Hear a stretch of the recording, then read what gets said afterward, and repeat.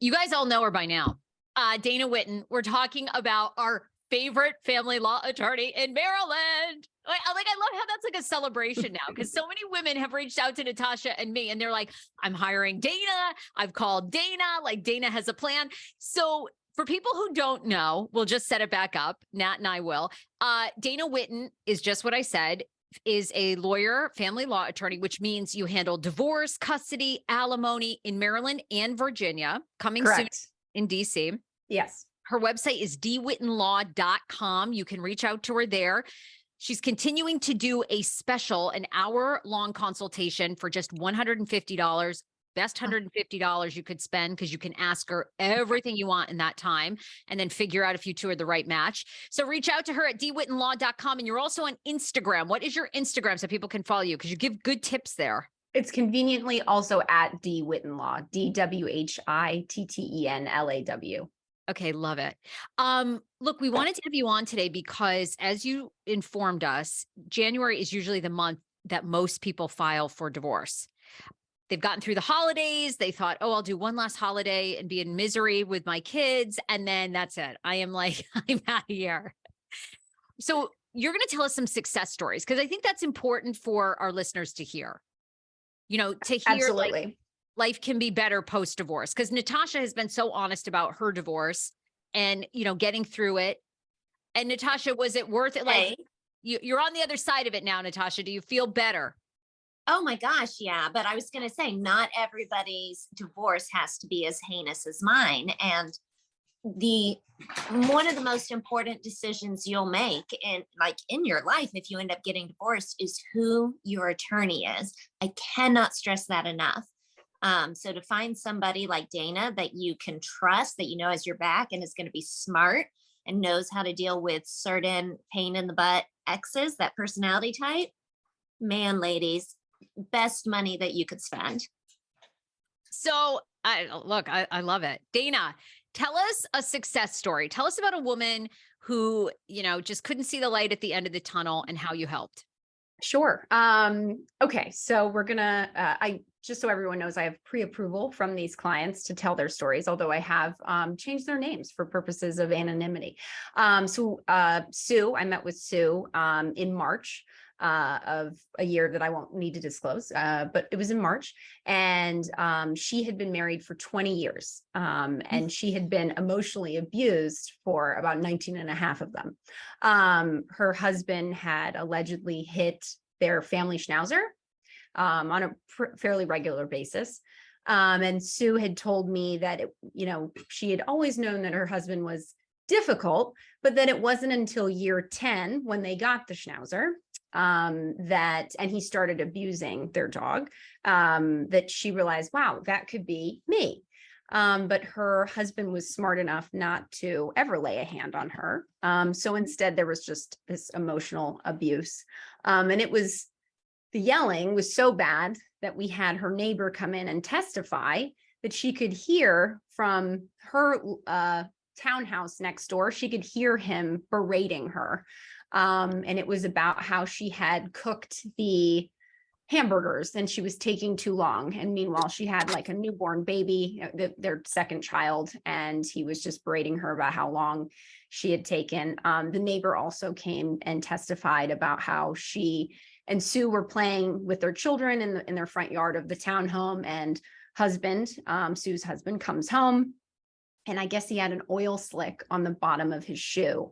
And he walked past Sue and the neighbor and their children, walked right into the home, and was treading, his shoe was treading the oil slick or whatever, the dirt, whatever it was. And so the neighbor testified that he took a couple steps into the house and he turned around and looked down and he realized he was making a mess. And he said, this is what the neighbor said, Sue, it looks like somebody's going to have to clean that up. And he turned on his heel and walked away.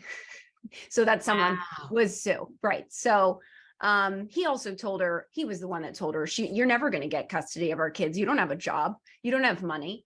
Who would give you custody of the kids, even though she had been their primary caregiver, both of them their whole lives. So Sue waited until her oldest was in college. Yes, in college, was college aged. And so she met with me in March, and she decided it was time to leave. And we had a grueling 5-day trial.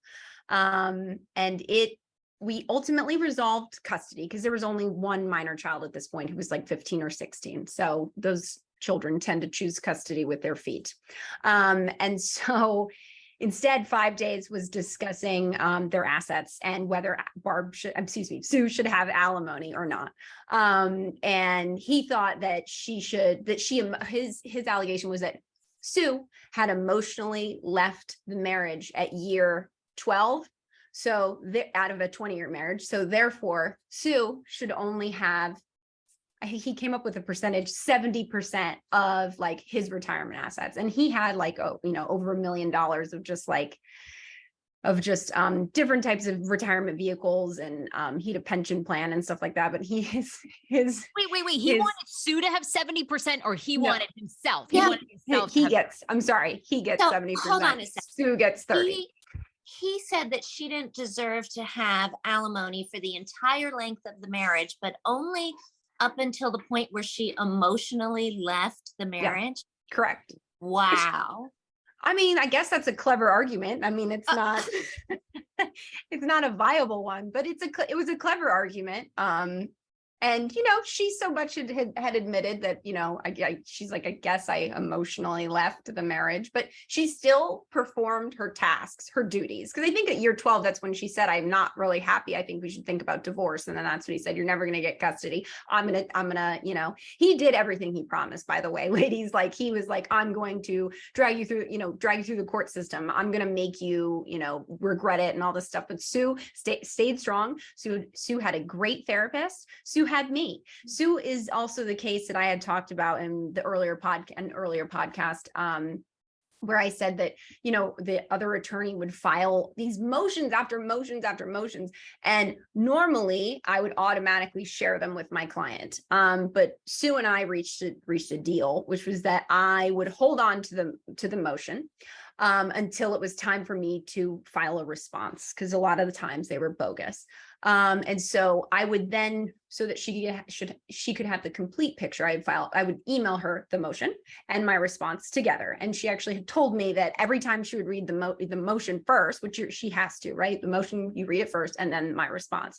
She said she would get a pit in her stomach, but then she'd read my reply and feel like a lot better. So that's how like our relationship kind of operated. And I was able to shield her from a lot of things, like I said in an earlier podcast. Like, I didn't always tell her what the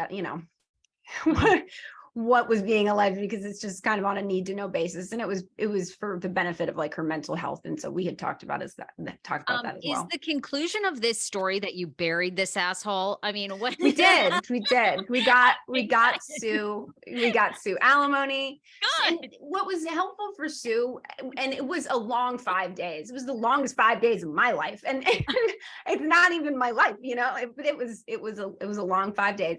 And, it was at least cathartic for her to be able to say, without him belittling her, without him telling her that she's wrong or gaslighting her, but for her to be able to take the stand and say the things that happened to her from her perspective, and to have her friend come and like support her and to corroborate all of the allegations made by Barb. The friend didn't see the dog thing, and that's still, that was never proven. But, Barb felt a sense of relief, and Sue felt a sense of relief. And Sue was my client that, she said at the end of this, just all I want is a divorce. That's all I want. She's like, if I could have, if you could get me support and stuff, like, that'd be great. But I just I want the hell away from this man. So you ended up getting her hard-earned, some of that pension, some of that retirement. She Indeed. good.